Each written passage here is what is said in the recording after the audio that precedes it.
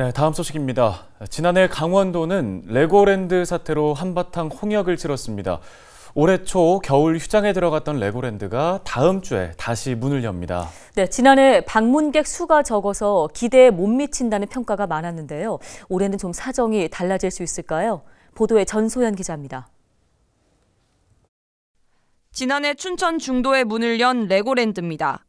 지난 1월 시설 정비를 이유로 겨울 휴장에 나섰던 레고랜드가 오는 24일 다시 문을 엽니다.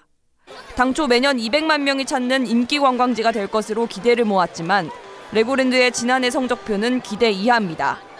개장 이후 5번이나 멈춤 사고가 발생하는 등 각종 안전사고 문제가 불거진 데다 기대했던 방문객 숫자도 60만 명 수준에 그쳤습니다.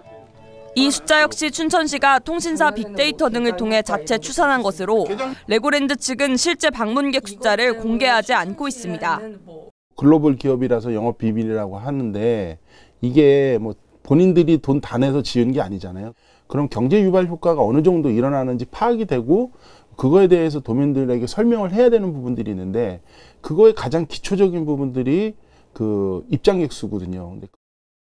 강원도가 레고랜드 개발을 위해 투입한 직간접 분담액은 7천억 원에 달합니다.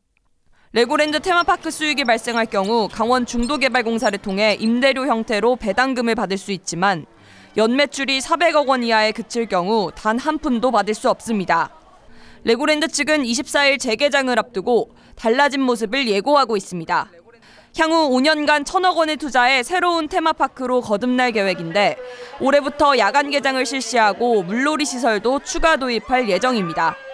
안전 문제 역시 시설 보강을 통해 보완을 마쳤다고 밝혔습니다. 뭐가 고장나서 멈춘 건 아니고 그게 실은 이제 어떤 그 안전 감지 장치가 딱 뜨면은 그게 저절로 멈추게 되어 있어요. 그래서 이번에 그 안전 검사 기관 2군데를 통해서 점검을 받았거든요. 작년에 좀 뭐 소비자 불만 사항으로 있었던 것 중에서 개선을 한 게 되게 많이 있어요, 사실은. 재개장을 앞두고 기대와 우려가 교차하는 가운데 올해는 레고랜드가 각종 논란을 딛고 강원도와 상생할 수 있을지 관심이 모아지고 있습니다. 헬로티비 뉴스 전소연입니다.